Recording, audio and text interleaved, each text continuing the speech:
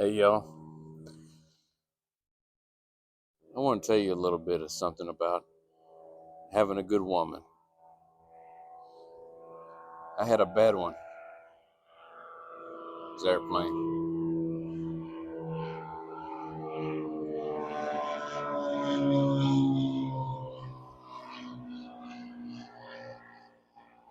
Long time ago, I married someone that was not prepared to be married, and neither was I. We were both immature, and it didn't work out. And it didn't work out because uh, when I was overseas and in a terrible place, she thought it'd be a good idea to have a boyfriend and let him live in our apartment while I was far, far away. And for her, it did work out pretty good, at least for a while, until I realized what was going on. Well, when I rotated back to a place where they had internet and I was able to get on the computer, I realized uh, that she had all these charges. I got on the bank, the online banking, and I could see where she had been spending money on casinos and hotels and all kinds of stuff like that. Now, when she met me, I was bad. And that's true, I was bad. And I think that's what she liked, was somebody bad. But something happened to me. Something happened to me very early in our marriage, and that was that I gave my life to Jesus Christ, and I committed my life to him. And a lot of people say that they do that or that they have done that, but in my case, I tried to consider what I was actually doing before I did it. In fact, uh, I was in the woods, and I was saying my prayer time. And people like to pray in churches and different places like that, or some kind of special place that they think it is. Well, for me, that's being outside. I've always felt closest to God when I've been outside, and to say my own prayers undistracted by, I guess, technology or the modern world. And I was in the woods, and when I was saying my prayers to him and talking about the things that were important to me, I felt compelled somehow, and I can't really explain it, but I felt compelled to build an altar. And I don't think that I've ever known anyone else that made an altar before. And the only thing close to that I can think of that would resemble that in any way is artist renditions of Old Testament stuff. But in this place where I was at, there was uh, a small number of large rocks around, and I felt as though I should do that. And it seemed weird then, but I felt led to do that. And looking back, it seems unusual now, but I did. I got all these rocks, and I carried them and rolled them and different things, and I stacked them up and made them into an altar. And then once I had done that, I thought, well, what now? I did that. Well, people put things on altars, and in ancient times, they would sacrifice animals on that, or they would put something valuable on it. And I thought, well, what will I put on this altar? And I realized that I didn't really have anything that made sense to me at the time, except I realized in my heart that I had my life. And so, in the woods, in a remote location, I got on my knees in front of this altar and I put my life on that altar.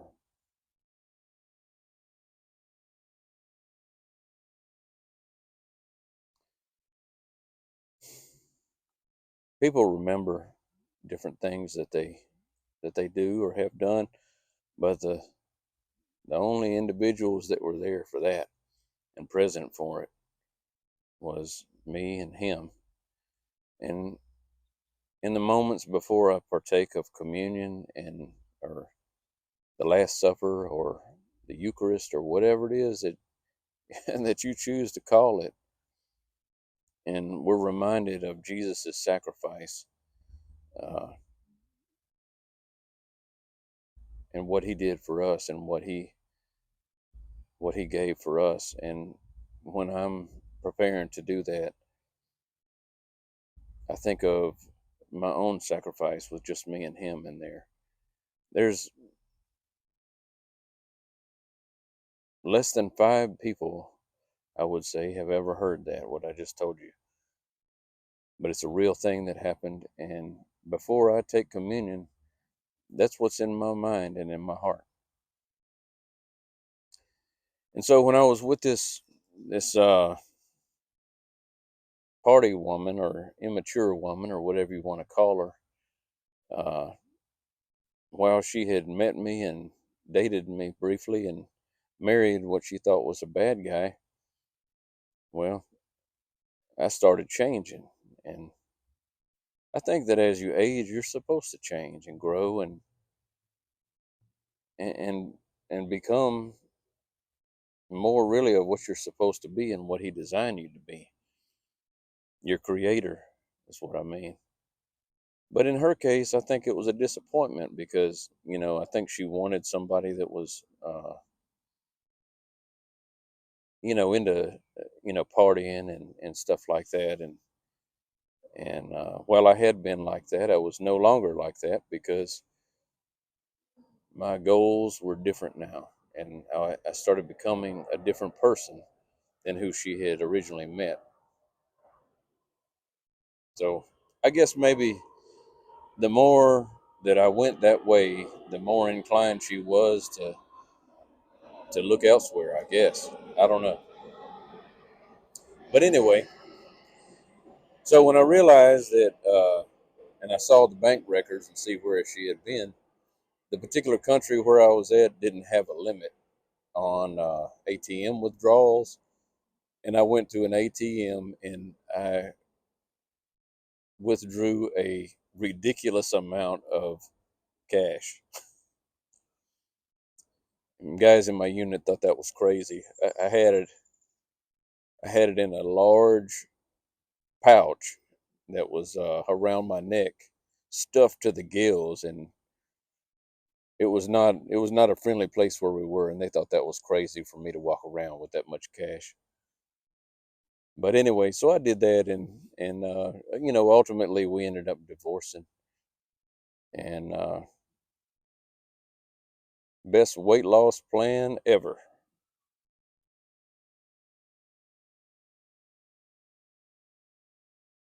But during that time, I was real upset, and I questioned my own direction and progress, and what I was going to do, what my life would look like. And I had a lot of love in my heart, and I still do. And I was wondering what I could do with that. And I really wished to have a woman that I could love and trust and care for her and do for her like I had wanted to do for this screwed up individual. And so, out of sadness and frustration and I guess maybe depression for a period of time, I went out into the desert, and in that part of the world, when the moon is big and full, you can walk around in the middle of the night with no flashlight or anything, and you can see. That might sound strange to an American, but if you ever been in the area that soldiers call the sandbox, then you know what I'm talking about. Because you can walk around 2 o'clock in the morning with no flashlight and walk just fine. But I went out in the moonlight like that, and I started praying and asking God, you know, why, and all the things that you think somebody would ask, when they're having a hard time. But at a certain point, I just started telling God what I really wanted for a woman, for a wife. And I mean, just the same. Like now, you can go on a website and have drop down filter boxes and stuff, and choose what you want in whatever product that you're wanting. And I know that a woman is not a product, and I don't mean that, but I mean I poured my heart out to him and told him exactly what I wanted with great specificity, and not because I thought that I would get whatever I wanted, like some kind of cosmic Santa Claus or something, but mostly because I was upset, and I wanted somewhere to put all my love and all my care and devotion to, aside from what I had already done in the woods, like I told you.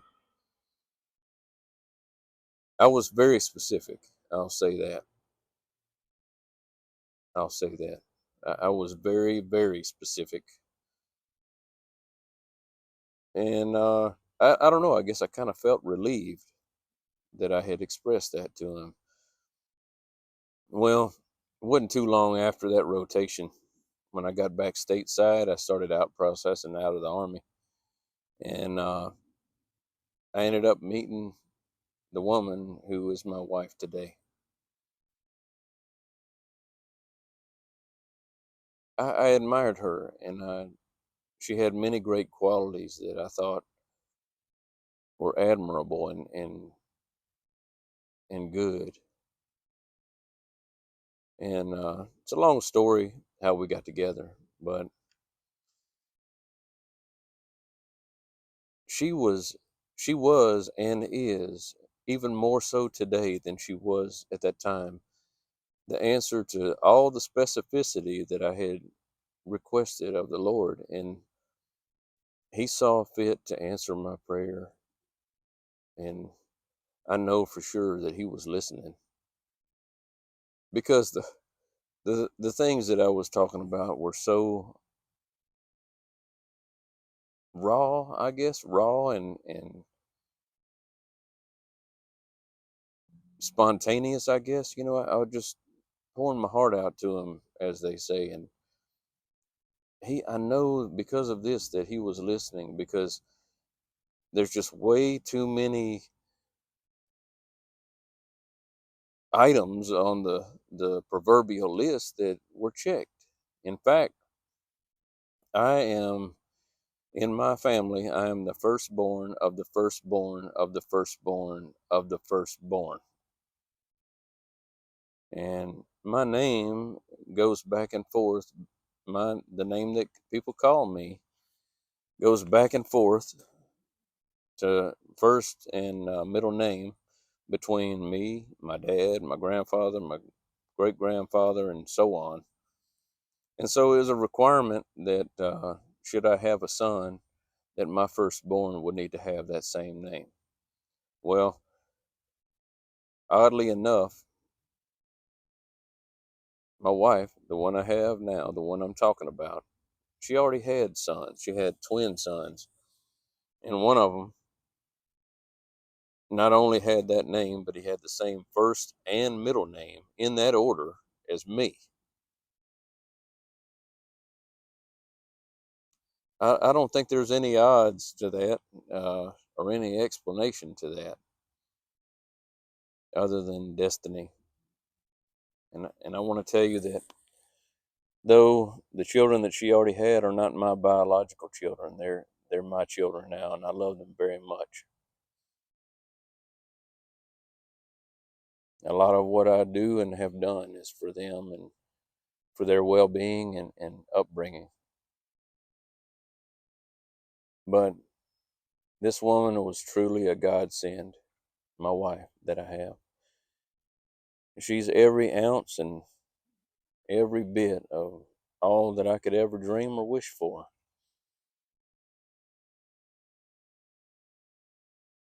So I guess what I want to tell you is if you're lonely and you're in a place that God will hear your prayers, if you pour out your feelings and heart to him, that at least in my case he was listening. And I don't imagine that I'm anything, superior or better than anybody else. And if he'll listen to me, he'll listen to you.